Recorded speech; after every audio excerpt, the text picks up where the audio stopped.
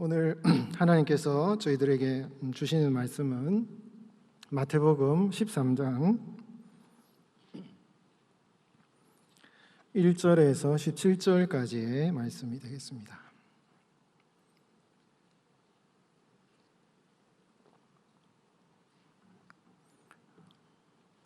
한 절씩 교독하도록 하겠습니다.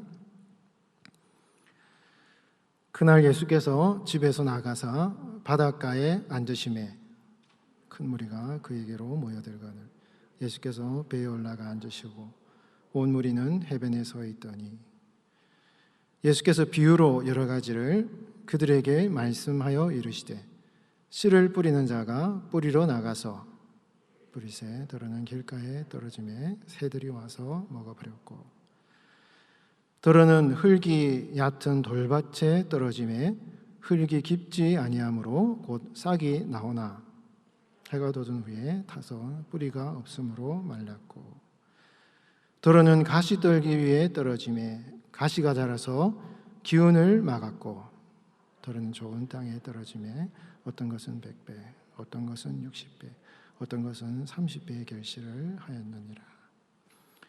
귀 있는 자는 들으라 하시니라. 제자들이 예수께 나와 이르되 어찌하여 그들에게 비유로 말씀하시나이까.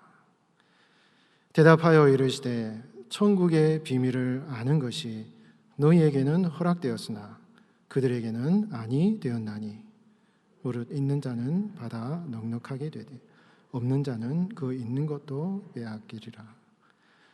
그러므로 내가 그들에게 비유로 말하는 것은 그들이 보아도 보지 못하며 들어도 듣지 못하며 깨닫지 못함이니라. 이사야 예언이 그들에게 이루어졌으니 일렀으되 너희가 듣기는 들어도 깨닫지 못할 것이요 보기는 보아도 알지 못하리라.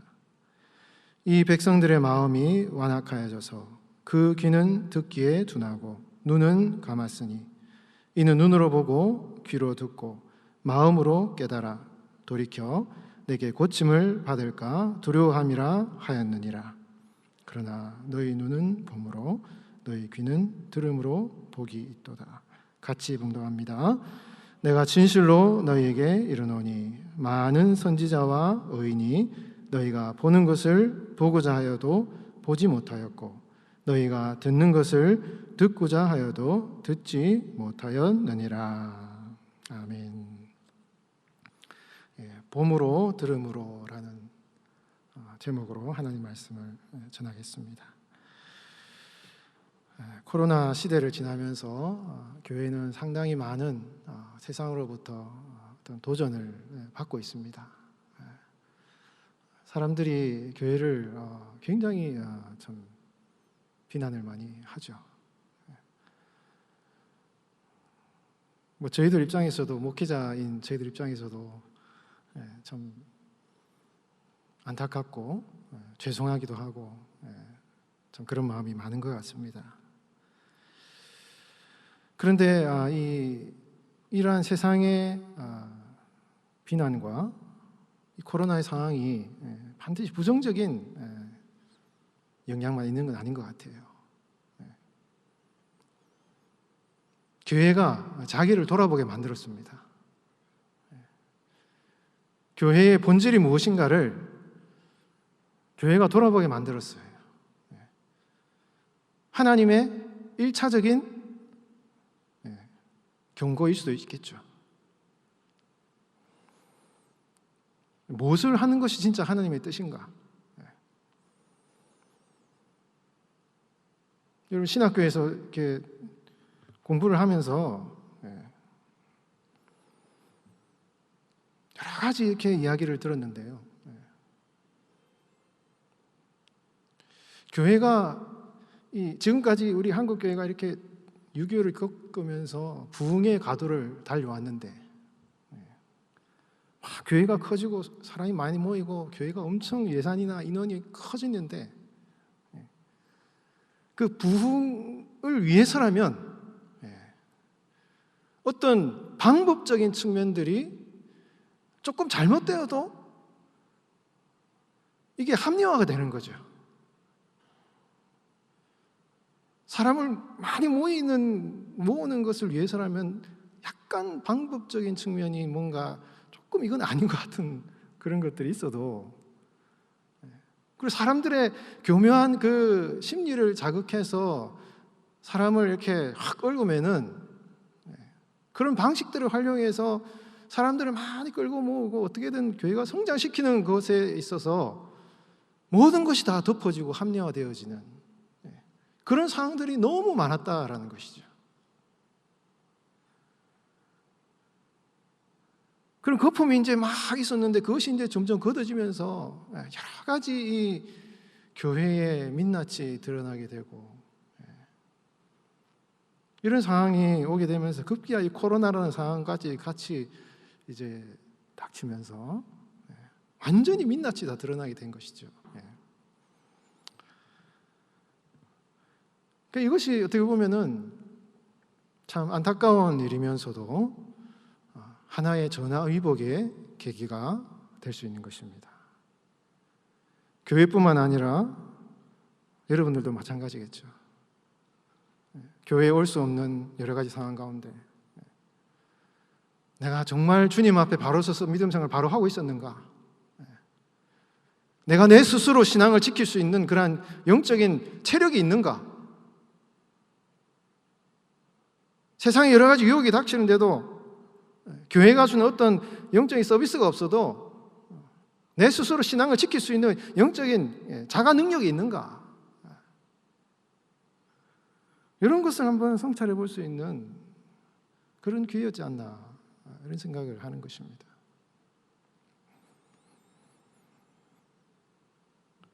여러분, 그렇게 우리 자신을 하나님의 말씀 앞에 내려놓고 말씀의 거울로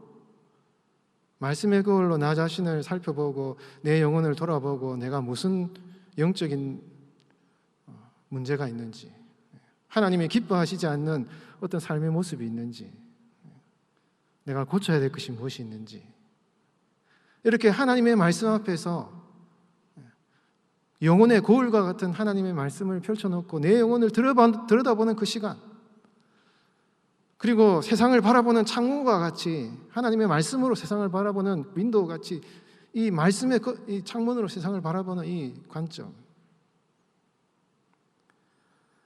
이런 하나님의 말씀으로 나를 돌아보고 세상을 바라보는 이 시간을 제대로 갖는 것이요, 얼마나 복된 일인가, 얼마나 축복된 일인가. 여러분, 그래서 예수님께서 너희는 예수님의 말씀을, 예수님을 봄으로, 예수님의 말씀을 들음으로 복이 있다. 이 팔복에 선언하고 같은 표현이에요. 심령이 가느냐 복이 있나니, 그 말 똑같은 표현이에요, 원어적으로. 여러분, 세상 사람들 어떻습니까? 하나님의 말씀에 자기를 돌아볼 기회가 없습니다. 자기의 꿈과 자기의 자아를 실현하기 위해서 열심히 달려가고 많은 재물을 끌어모아서 자기의 인생의 성공을 위해서 달려가도 자기를 돌아볼 성찰의 거울이 없어요. 그렇게 인생을 질주하다가 끝나고는 하나님의 심판을 받는 것이 얼마나 불행한 일입니까? 우리가 이 마지막 때에 대한 어떤 그런 소망과 이 마지막 때 우리의 인생의 육신의 삶의 끝에 어떤 일이 일어나는가를 통해서 우리의 인생을 바라볼 때 우리는 신령한 성도가 될 수 있는 것이거든요. 그런 마지막 때를 향한 소망과 비전을 가지고 우리 인생을 바라볼 때 이 하나님의 말씀으로 나 자신을 돌아보고 성찰하는 이 시간을 갖는다는 것은요, 세상 사람들의 그 삶의 방식하고는 전혀 다른 것입니다. 세상 사람들의 삶은 저주인 것입니다. 그런 의미에서 우리는 축복인 것입니다. 여러분, 그런 의미에서 우리가 이 코로나 시대를 지나면서 비록 교회에 모일 수 없는 이런 한계가 있고 여러 가지 환경적인 제약이 있지만 하나님의 말씀을 가지고 나를 돌아보고 세상을 제대로 바라보는 이 영적인 관점을 가지고 나를 성찰하는 이 시간이요, 너무 복된 시간이기 때문에 여러분, 그 시간을 잘 활용하셔서 하나님 말씀이 내 영혼에 씨앗이 떨어졌을 때 굳은 마음이 아니라, 바위 같은 마음이 아니라 정말 기경된, 갈고 닦은 마음이 되어서 거기에 씨앗이 뿌려질 때, 말씀의 씨앗이 뿌려질 때 풍성한 열매를 맺는 여러분들의 삶이 되시기를 바랍니다. 여러분, 우리 마음밭이요, 딱딱해지면 이게 힘들어지죠. 딱딱해지면은 이게 부딪히면은 깨지고 다른 사람이 상처받고 그래 됩니다. 딱딱한 게 특징이 뭡니까? 물기가 없어요. 물기가 없습니다. 그러나 부드러운 땅은 어떻습니까? 촉촉한 물기가 있어요. 눈물이 있습니다. 회개가 있습니다. 눈물이 있고 회개가 있고, 예배를 드려도 예배 시간에 하나님의 은혜를 사모하는 간절한 마음이 있기 때문에 예배를 드릴 때마다 마음이 말랑말랑해져야 되는 것이죠, 여러분. 눈물이 나고 하나님의 은혜를 사모하고 마음이 말랑말랑해져야 됩니다, 여러분. 그럴 때 하나님의 말씀의 씨앗이 떨어져서 열매를 많이 맺을 수가 있게 되는 것이죠. 오늘 본문에서 예수님께서는 씨 뿌리는 비유를 통해서 4가지의 마음밭이 있다, 이런 얘기를 하셨습니다. 이 얘기는 이 13장에 나오는 이 말씀은 앞에 나오는 12장의 내용을 전제하고 있는 것이에요. 13장 1절 말씀 같이 한번 다시 읽어보겠습니다. 13장 1절 말씀 화면에 한번 띄워주실까요? 같이 읽어보겠습니다. 1절 시작. 그날 예수께서 집에서 나가사 바닷가에 앉으시매. 그날 예수께서 집에서 나가셨다. 이게 참 중요한 표현입니다. 그날이라는 것이 뭡니까? 앞에 어떤 일이 일어난 그 때를 하는 것이겠죠. 그날 예수님께서 집에서 나가셨는데 집에 있으셨다는 얘기죠. 집에 예수님이 무슨 일이 있으셨어요? 앞에 12장 마지막 부분에 보면 예수님께서 집에 들어가셔서, 아마 가버나움의 어떤 베드로의 집인지 어떤 그 집에 들어가셔서 예수님께서 무리를 가르치시는데, 밖에 예수님의 친어머니와 친동생이 와서, 예수님의 어머니와 동생들이 와서 예수님을 보기를 원하는데 어떻게 해야 됩니까? 이렇게 얘기하니까 예수님께서 뭘 하셔요? 누가 내 어머니며 내 동생들이냐? 진짜 예수님의 어머니, 친동생이 누구냐? 하늘에 계신 내 아버지의 뜻대로 행하는 사람. 다시 말해서 지금 이 집안에서 예수님의 말씀을 듣고 그 말씀대로 순종하며 살아가는 삶의 결단과 헌신을 가지고 예수님께 그 삶을 의탁하는 사람, 그 사람이 바로 예수님의 참 형제자매다. 이런 얘기를 하시면서 거기에 모여있는 많은 사람들, 무리들, 많은 사람들이 모여있는데 그 많은 사람들이 예수님 말씀을 다 듣고 씨 뿌리는 사람은 바로 예수님이시잖아요. 예수님께서 그 많은 사람들에게 천국 복음을 다 전하시고 그 말씀을 다 전하고 그 사람들이 씨앗을 받았는데도 불구하고 왜 그렇습니까? 예수님께서는 모든 사람이 다 구원받기를 원하시기 때문에, 모든 사람이 다 구원받기를 원하시기 때문에 무조건 예수님은 천국 복음을 전하시는 거예요. 그러나 그 모여있는 많은 무리들 중에 다 같은 마음이 아니라는 것이죠. 어떤 사람은 하나님의 뜻대로 행하는 예수님의 참 어머니, 형제자매 같은 사람이 있고, 어떤 사람은 예수님을 향하여서 아주 잘못된 비판과 판단의식을 가지고 있는 사람들이 있다는 것이죠. 그 사람들이 누굽니까? 앞에 나와 있어요. 바리새인과 서기관들은 예수님이 병 고치는 것을 보고 귀신 들려가지고 예수님을 병 고친다. 이 예수님의 그 안에 있는 어떤 영적인 것에 대해서 굉장히 비난하는 그런 마음을 가지고 있었다는 것이, 마음이 이제 뒤틀어져 있는 것입니다. 예수님의 정체성을 부인하고 있는 것입니다. 예수님을 비판하는, 예수님을 받아들이지 않는 그런 태도를 가지고 있었다는 것이죠. 그런 사람들을 보고 예수님께서 뭐라 그러셨어요? 앞에 보면은 요나가 니느웨에 가가지고 사흘 동안 복음을 전했는데 놀라운 일이 일어나서, 기적이 일어나서 니느웨 사람들이 3일 만에 회개하고 복음을 받아들인 이 사건이 있는데, 일개 선지자하고는 비교할 수 없는 하나님의 아들이신 예수님께서 이 땅에 오셔서 천국 복음을 전했는데 니느웨 사람들도 3일만 듣고 회개를 하는 이런 역사가 일어났는데, 하나님의 아들이신 예수님이 복음을 전하고 요나하고는 비교할 수 없는 예수님이 이 땅에 오셔서 복음을 전했는데, 이 복음을 듣지 않은 이 사람들의 죄악이라는 것이 얼마나 크겠느냐. 요나보다 더 큰 사람 예수님 내가 여기 있는데 이 복음을 듣지 않은 이 사람들의 심판을 얼마나 크겠느냐. 이 바리새인 서기관들을 보고 이렇게 얘기를 하시는 거예요.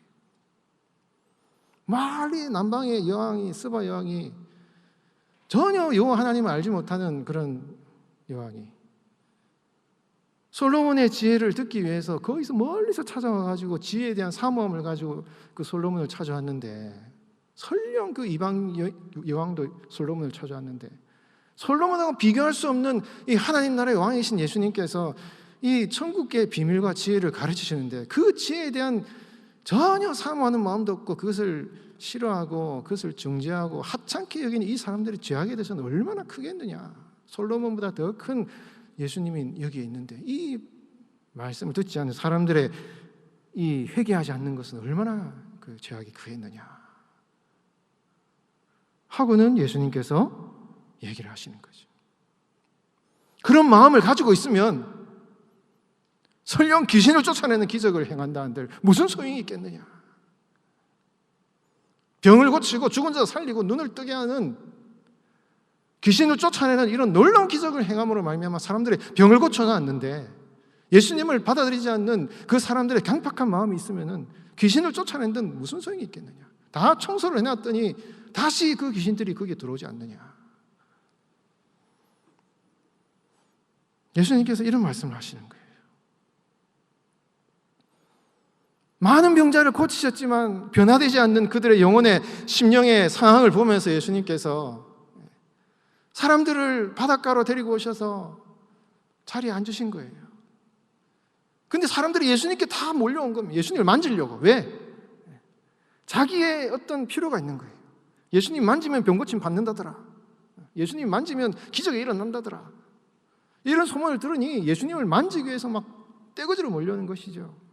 나도 병 고침 받아야지. 나도 뭐 치유 받아야지. 그렇게 사람 무리들이 몰려오니까 예수님이 야, 이거 안 되겠구나. 이거 안 되겠구나 하고는 예수님께서 해변 바닷가에서 다시 배를 타셔서 배에 올라 앉으신 뒤에 그때부터 예수님께서 씨 뿌리는 비유를 이제 말씀하시는 것입니다. 예수님께서 가르치시고 고치시고 전파하는 일을 하셨는데 이 세 가지는 다 중요한 거예요. 이 세 가지를 하셔야 되는데 사람들이 막 몰려와서 이게 뭐 어떻게 기적을 행했지만 이게 아무 소용이 없는 걸 보고 예수님께서는 사람들을 멀리 떨어지셔서 가르치시는 일을 하셨다는 것입니다. 예수님께서 바닷가에 앉으셔서 큰 무리가 그에게 모여들거늘 예수께서 배에 올라 앉으시고 무리는 해변에 서 있었다. 이 두 구절이요, 얼마나 이게 의미 있는 구절인지 우리가 알 수가 있는 것입니다.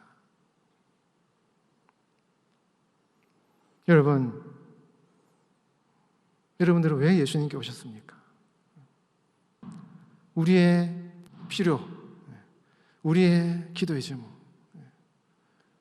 우리가 원하는 것이 있어서 오셨을 수도 있고,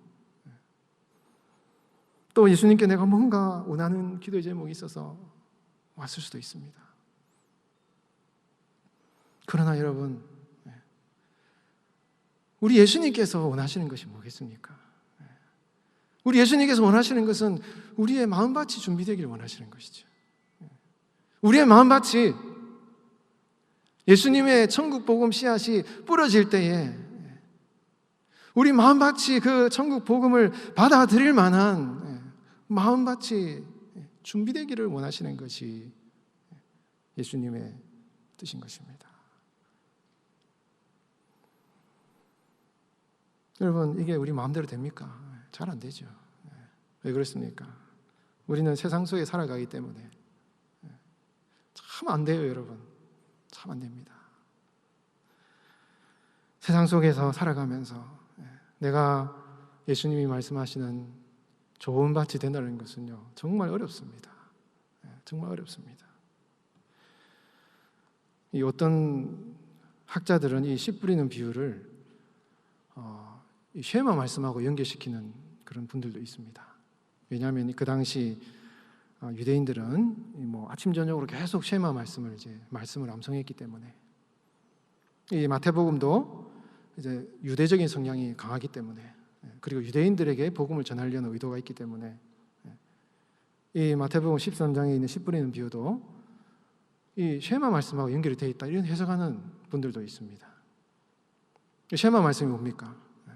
너희는 마음을 다하고 성품을 다하고 뜻을 다하여 내 하나님을 어떻게? 사랑하라. 이게 쉐마거든요. 이 길가에 뿌려진 것, 돌밭에 뿌려진 것, 가시밭에 떨어진 것은 이 마음과 뜻과 정성을 다하여서 사랑해야 되는데, 그렇게 사랑하지 않는 이 사람의 마음을 표현하는 것이다 라고 해석하는 사람도 있는 거예요. 왜냐하면 이 길가에 뿌려졌다는 것은 뭡니까? 나중에 예수님이 해석하시는 걸 보면 새가 와가지고 그 마음에 뿌려진 것을 가져간다. 마음에 씨앗이 뿌려졌는데 그 마음에 부정적인 비판적인 마음이 있어서 사단이 그 마음 가운데 그걸 가져간다는 거예요.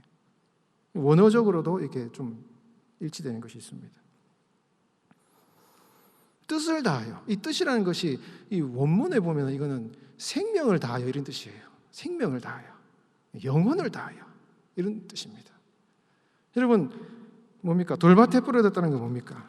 복음을 받아들이긴 받아들였는데 핍박이 오니까 복음을 포기한다. 이 생명을 희생하지 못하는 이런 상황이라는 거죠.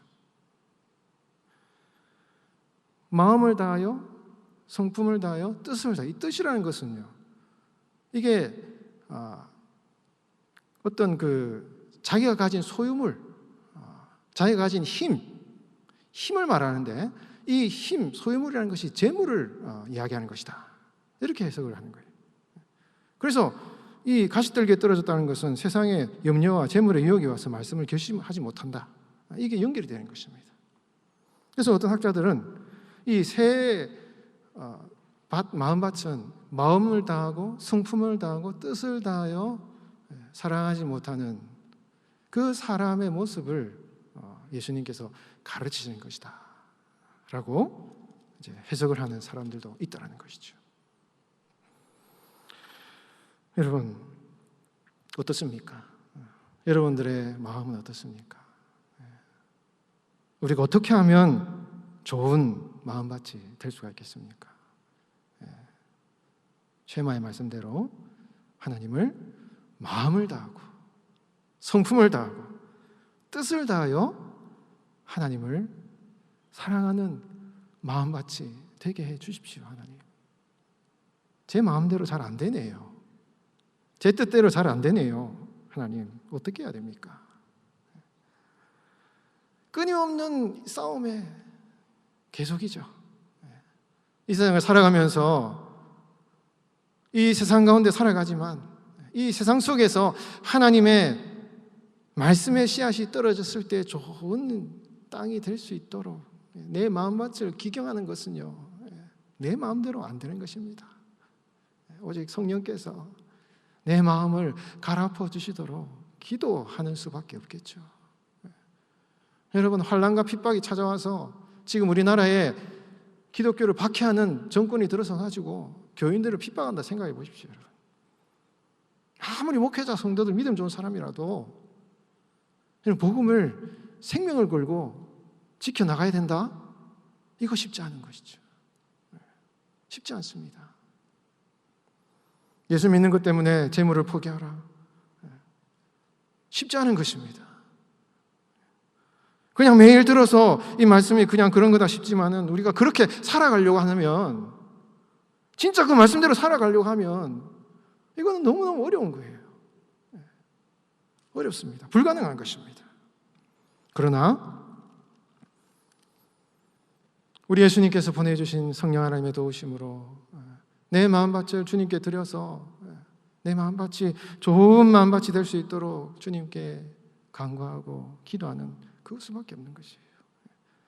그렇게 하나님 말씀 앞에 주님의 뜻대로 살고자 다짐하였지만 또 오늘 하루 실패하고 좌절하고 낙심하고 하나님의 거룩함과는 동떨어진 그런 하루의 삶을 살아가는 실패의 그 삶을 가지고 주님 앞에 나아갔고, 그렇게 나 자신을 다시 살펴보는, 말씀 앞에 다시 살펴보는 삶 가운데 주님 앞에 회개하고 다시 다짐하고 주님 앞에 다시 결단하고 또 오늘 하루를 살아가고, 그렇게 오늘 하루도 열심히 살아가다가 다시 주님 앞에 나와서 다시 주님 앞에 엎드리고, 성도의 삶이라는 것이 그런 것이지 않습니까? 그런데 여러분, 그렇게 하루 이틀, 한 달, 1년, 10년 이렇게 살아가다 보면 우리의 삶이 놀랍게 변화된 것을 경험하게 되는 것입니다. 이것이 바로 성도의 은혜인 것이죠. 그리고 장차 그 삶을 다 마무리하고, 육신의 삶을 마무리하고 이제 주님 앞에 갔을 때에 영원한 천국의 상급을 누리는 것이 우리 성도의 삶인 것입니다. 그 싸움을 여러분 포기하지 마십시오. 그 영적인 싸움을 포기하지 마십시오. 완전하게 이루는 것은 불가능하다 할지라도 그 삶을 바라보며 나아가는 기도와 소원과 소망은 잃지 말고 여러분 하루를 살아가시는 여러분들 삶이 되시기를 예수님의 이름으로 축원드리겠습니다.